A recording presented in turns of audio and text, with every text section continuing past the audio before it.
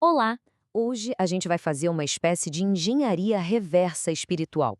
Vamos mergulhar fundo em textos antigos para investigar uma ideia no mínimo explosiva, a de que um sistema religioso inteiro foi, na verdade, uma grande fraude. E mais, vamos tentar identificar quem seria o engenheiro por trás de tudo isso. Para começar, essa frase, ela é pesada, né? Mas de acordo com as fontes que a gente está analisando, isso aqui não é só um xingamento. É uma senha, uma chave que abre a porta para uma confusão cósmica. E se muita gente estiver respondendo ao pai errado? Então, o nosso roteiro para desvendar esse mistério tem 5 partes. Primeiro, a gente vai ver esse tal conflito de vozes. Depois, vamos conhecer o arquiteto original, o espelho perfeito. Aí, a gente investiga a falha, o pecado do reflexo. Em seguida, a parte central, como ele criou um reino plagiado. E, por fim, como esse sistema foi interrompido. Ok? Vamos lá. A base de toda essa análise é que a grande briga espiritual não é sobre o bem contra o mal, mas sim uma guerra de vozes. Pensa nisso como um problema de comunicação, uma crise de identidade. É como se você recebesse uma mensagem importante, mas o nome do remetente estivesse errado. Isso muda tudo. E essa confusão de remetente é o que as fontes chamam de confusão de paternidade. É o bug principal do sistema. De um lado, você tem a voz de um pai, que fala de origem, de herança. Do outro, a voz de um senhor, que fala de regras, de domínio, de serviço. Quando essas duas vozes se misturam, filhos acabam agindo como servos. E aqui fica bem claro. Olha essa divisão. Do lado esquerdo, o sistema pai fala de identidade, de pertencimento, de filiação. É uma relação de dentro para fora. Já do lado direito, o sistema senhor é sobre domínio, lei, servidão. É uma relação de fora para dentro, baseada em obediência. São dois sistemas operacionais completamente diferentes. Mas para a gente entender a cópia, a falsificação, primeiro a gente precisa dar uma olhada no arquiteto. Quem era essa figura, descrita em textos como o de Ezequiel 28, no seu estado original, antes de tudo dar errado? E o interessante é que as fontes não o descrevem como um ser maligno desde o início. Pelo contrário, a imagem que pintam é a do hardware mais avançado já criado. Imagina a peça de tecnologia mais perfeita, um espelho sem uma única distorção, projetado para refletir a glória divina. A função dele era essa, ser uma interface perfeita. Um canal, uma lente, um transmissor.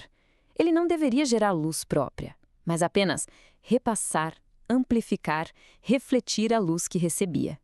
Sem ruído, sem interferência, um conduíte puríssimo. Aí vem a pergunta de $1 milhão. Como algo tão perfeito pôde dar errado?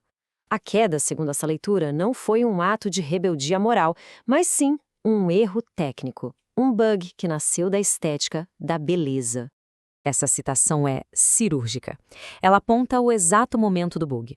O espelho, que deveria refletir a fonte, de repente se apaixonou pelo próprio reflexo. A beleza dele o fascinou a ponto de corromper a sua própria função. Ele parou de transmitir e começou a se auto-admirar. E as fontes chamam isso de o primeiro pecado econômico da história. Olha a sequência. Primeiro, ele só olhou para o reflexo. Depois, ele quis possuir o reflexo. E para possuir, ele teve que transformar o que era um fluxo contínuo de glória em um estoque pessoal. Ao fazer isso, ele basicamente inventou a propriedade privada. E talvez o próprio ego. É por isso que ele ganha o título de pai da mentira.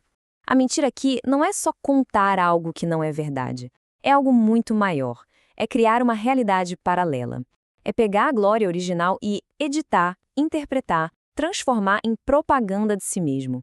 É a primeira fake news do universo. E agora a gente chega num ponto central da nossa investigação.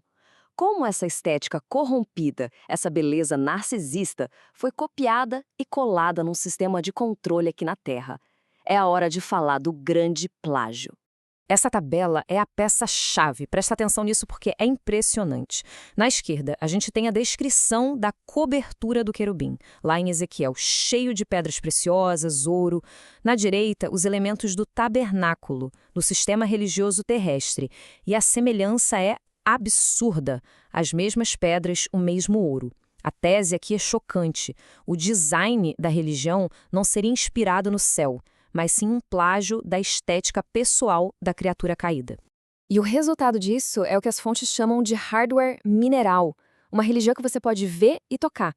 Uma religião de beleza física, de esplendor visível, baseada em coisas concretas: ouro, pedra, sangue. É um sistema que substitui a conexão espiritual por uma experiência sensorial, projetada para imitar a presença divina. E qual é o sistema operacional que roda nesse hardware? Não é amor nem filiação. O código-fonte é medo, culpa, dívida, sacrifício. É um sistema que precisa do erro para se manter funcionando. Ele se alimenta da transgressão para oferecer a solução, num ciclo sem fim. Mas aí, no meio desse sistema todo, surge uma figura que é como um vírus, uma interrupção. Uma voz que fala numa frequência completamente diferente. Uma voz que é, por natureza, incompatível com o hardware mineral.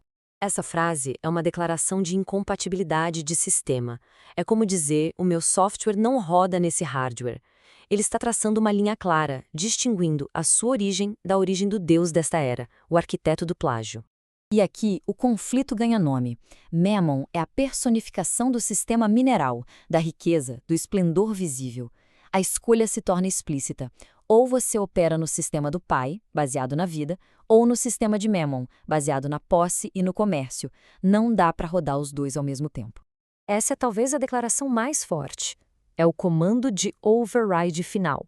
Basicamente, desqualifica todas as estruturas religiosas anteriores, chamando-as de ilegítimas, como parte de um grande roubo, de uma apropriação indébita.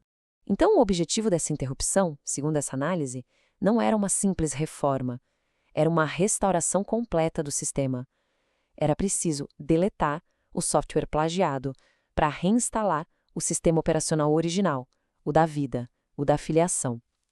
É um curto-circuito projetado para queimar a fraude. Isso tudo nos deixa com uma pergunta final que ecoa até hoje. Se a cópia é tão bem feita, tão bonita, tão sistêmica, como é que a gente faz para discernir a voz original no meio de tanto ruído? Como a gente encontra o sinal verdadeiro em meio a tantas cópias tão polidas? É uma questão que fica no ar.